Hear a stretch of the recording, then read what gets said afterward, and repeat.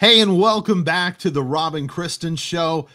This is so much fun. We get a chance to have a special guest on today's edition.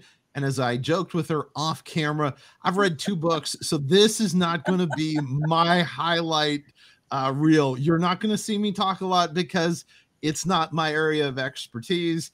But my beautiful wife, she loves to read. And so please welcome Tracie Peterson to the Rob and Kristen Show.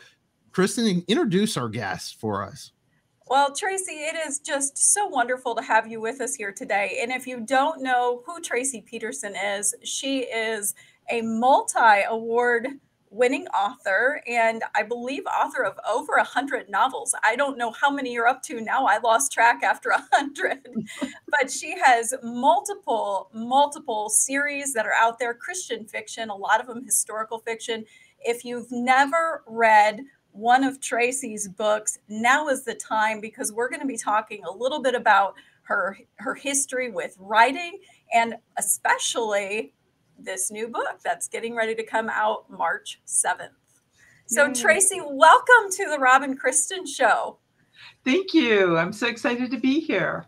So one of the questions that is just really interesting to me, I was reading through some of your information and your bio, and it said that you were saved when you were about 6 years old. Is that correct? Absolutely correct. Yes. So at what point in time did you know you were going to be an author? It's kind of funny. I've loved to write all of my life. And when I was, I was churched all of my life. And so we didn't have children's church way back when I was little. And so my mother would give me a piece of paper and a pencil and tell me to write a story. And so I credit her with developing that storyteller in me, because after church, then she would tell me, okay, let me hear your story. What was your story about? And so I knew that I was going to get a little undivided attention from my mother after church if I wrote a story. So that's what I did. And she's one of my biggest fans to this date. But I just always had a passion for story and just, I wasn't a good liar, but, kids love to tell tall tales. But it was just this passion for reading and writing that kind of went hand in hand. So in all of your characters, now obviously we've got a great character in this new book that's coming out, but in all of the characters, how do you develop them? Do you take little bits and pieces from what you see around you, or is it all come from your imagination? I developed a sheet of 100 questions for my characters. And I don't always get all 100 answered or whatever, but I go through there and give them, phobias and ambitions and goals and backgrounds, what happened to them as a child that might affect the way that they're acting in this particular story. What was their education? What kind of jobs do they like? And all those things. And so as I work on the characters, sometimes people in my life are parts of those characters. I might have a friend that I kind of base a character on, or somebody that I see that I experience day to day, grocery store lady or the bank person or whatever, and they might get a little into that character or whatever. But as I develop them, I try to always think about the storyline, the plot line. What kind of person is going to fit best in this to have all sorts of crisis and trouble and problems and obstacles to overcome, because, we don't want a boring story. So as I develop the plot line, the characters oftentimes change as I'm going. And there's been many a time I've called up the editor and said, well, my characters will not behave themselves, and now I've got to go this direction. I kid you not, one of the funniest things that ever happened to me was in one of my books, I actually completed the entire book, and as I'm going over it, editing it for the publisher, it was almost like a voice with one of my characters saying, oh, by the way, I forgot to tell you, I'm an atheist. Oh, that is awesome. Okay. Rewrite. Just another little twist that you can throw in. Exactly. Just one more thing. I love it. So tell me about this new series that you have coming out, Book One, Sure. Remember Me. And it is, Absolutely. I've started reading it and it is absolutely riveting. Set in early 1900s in Seattle. Tell us a little bit about that. Uh, it is a fascinating time period, the early 1900s. Everything is changing. We're seeing electrical lighting and more communication through phones across the city and the country, and just transportation is really kicking up. And so as I was doing some research on another project, I came across the fact that in 1909, Seattle hosted the Alaska Yukon Pacific exposition. And it was like a World's Fair. Millions of people came. And it was a fascinating time. They wanted to introduce the rest of the country or the rest of the world to Alaska, to the Yukon, because just a few years prior, in the late 1890s, there had been that huge gold rush to Dawson City. And then Nome was in 1904. So you had all these different things that pertain to the Yukon and Alaska, and they wanted to share that with the world. And so then they added on Hawaii, Japan, the Philippines. They thought that would be fun. And it really made for an interesting World's Fair because you had all these various buildings devoted to these things. And so you had, beautiful kimonos and samurai armor in, say, the Japan building. You had an Eskimo village that they actually brought people down from Alaska to create. And of course, the scandal of the whole thing was a Philippine village where the natives were half undressed and people were just scandalized, and they ate dog. So, oh boy. But Seattle was such a neat happening place especially after the gold rush, because that really put Seattle on the map, and they just burst at the seams with people and development of the town. Well, this exposition did even more. It expanded their sewer lines and their trolley lines and their electricity and all these different things, and so it made for a fun setting. So this series, Pictures of the Heart, first book, Remember Me. So all of these books are taking place during this expo, correct? Yes, and they do build one on the other. So it's not a have to read each one in order, but it does kind of enhance the story if you do. And there will be 3 books. They come out all next year, or all this year. I keep saying next year. I haven't quite changed over. But Remember Me comes out, yes, in March, and then we'll have book 2 in July and book 3 in October. Oh, well, I can tell you one thing, that I am going to be waiting for book 2 to come out after reading book 1. This is truly a riveting story. And I love your main character, and this idea of these camera girls. Are the camera girls, is that something that actually existed, or was that something that was a figment of your imagination?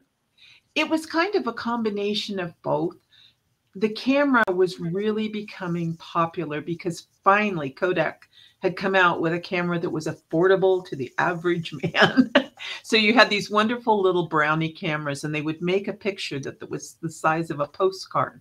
And they were, $10 you could buy the camera, which, nowadays, I mean, it would be like $500 or whatever. But the thing is, it was more affordable than anything they'd ever seen. And, prior to this time period with Kodak developing the brownie and whatnot, you had to go to a photography studio if you wanted a picture of your family or anything. Now people they could walk around with their own camera and take pictures, and it was just exciting. And that was a big deal then. It was. And I thought, how fun. There was an official photographer for the AYP, but there were also different people who were set up to take pictures and whatnot. And I thought how fun it would be to develop a character, these girls who took pictures and promoted selling the camera. And, in each situation, things happen that are able to, carry through in the story. that surround these camera girls and all the fun that they're having.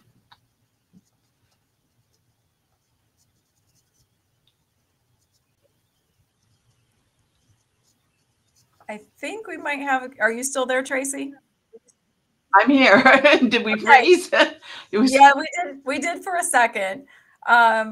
So if we're talking about this book and this series, I know just from reading all of your other books that you always have a theme, a Christian theme running through them, whether it's forgiveness or mercy or grace. So do you have a theme that runs through all of these books as well? I do. You know, writing for me has always been a ministry. I want to share the gospel of Jesus and offer biblical encouragement.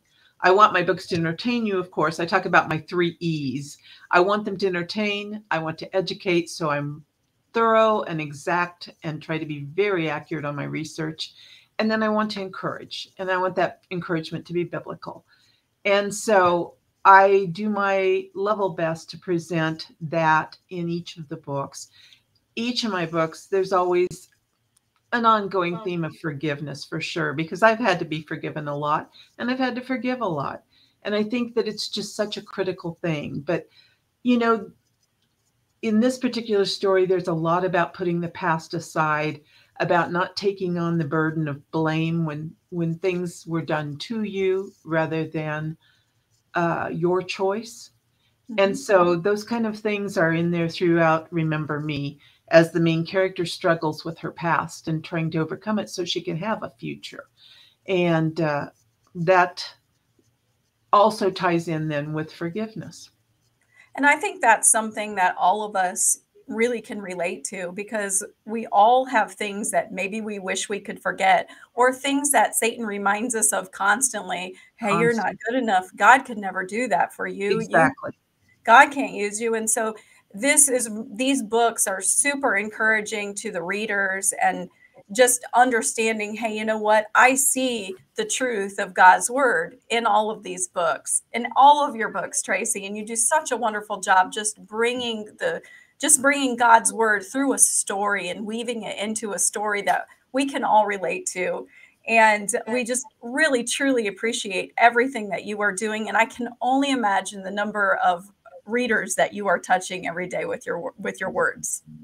Well, thank you for saying so. It's an encouragement to me. I mean, you know, every writer sits alone in their office, their very messy office, and you know, wonders, is the book making a difference? And so when I get letters from the readers, it's always such a blessing. And I love the stories they tell about, you know, God using the books to correct them or to encourage them or to take them in a totally different direction. And so that's always exciting to me, to see that God can use anything. And I have to give him the glory, because I could not get into creative writing in high school.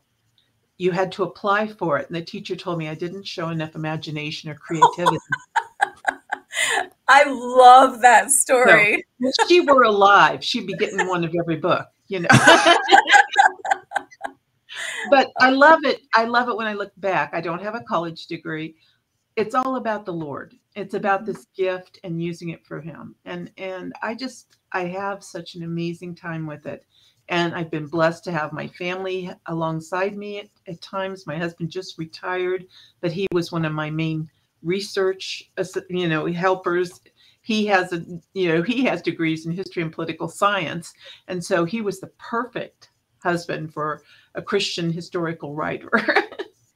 But see, God knows all of these things, and God had brought you two together. And, you know, it's just amazing to watch everything that you've done. And throughout, I mean, I've been a reader for a long time. I'm not going to say how long, because it might start to tell my age, but I do want to encourage everybody, go out March 7th, pre-order now, but you can get them on Amazon.com, just pre-order, and it comes out March 7th, I believe, correct? Yes. That's March correct. 7th. Remember Me, Tracie Peterson. And while you're at it, I'm sorry. I think that's just such a haunting cover too. Bethany House did such a nice job with the cover. fantastic. And they always say don't judge a book by its cover, but I always judge a book by its cover. If the cover is not interesting, I don't pick it up. So, Exactly. but this, you need to go out and get a copy, order it. You can pre-order it now, order Amazon.com while you're at it. Go through and pick up some of her other series. I promise you, there is not a bad book. So go and pick some of these things up. Tracie, it has been so wonderful to have you with us here on the Rob and Kristen Show. I appreciate that so much. And thank you for what you're doing. This is just great to have these venues for readers and for just people in general to be able to connect with you. And how can people get in touch with you?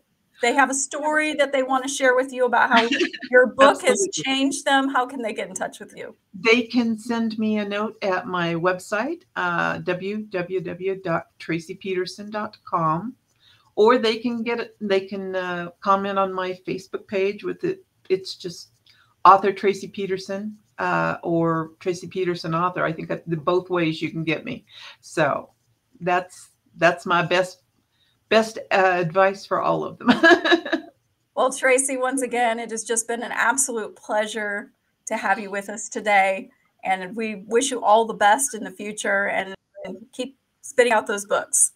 Thank you so much.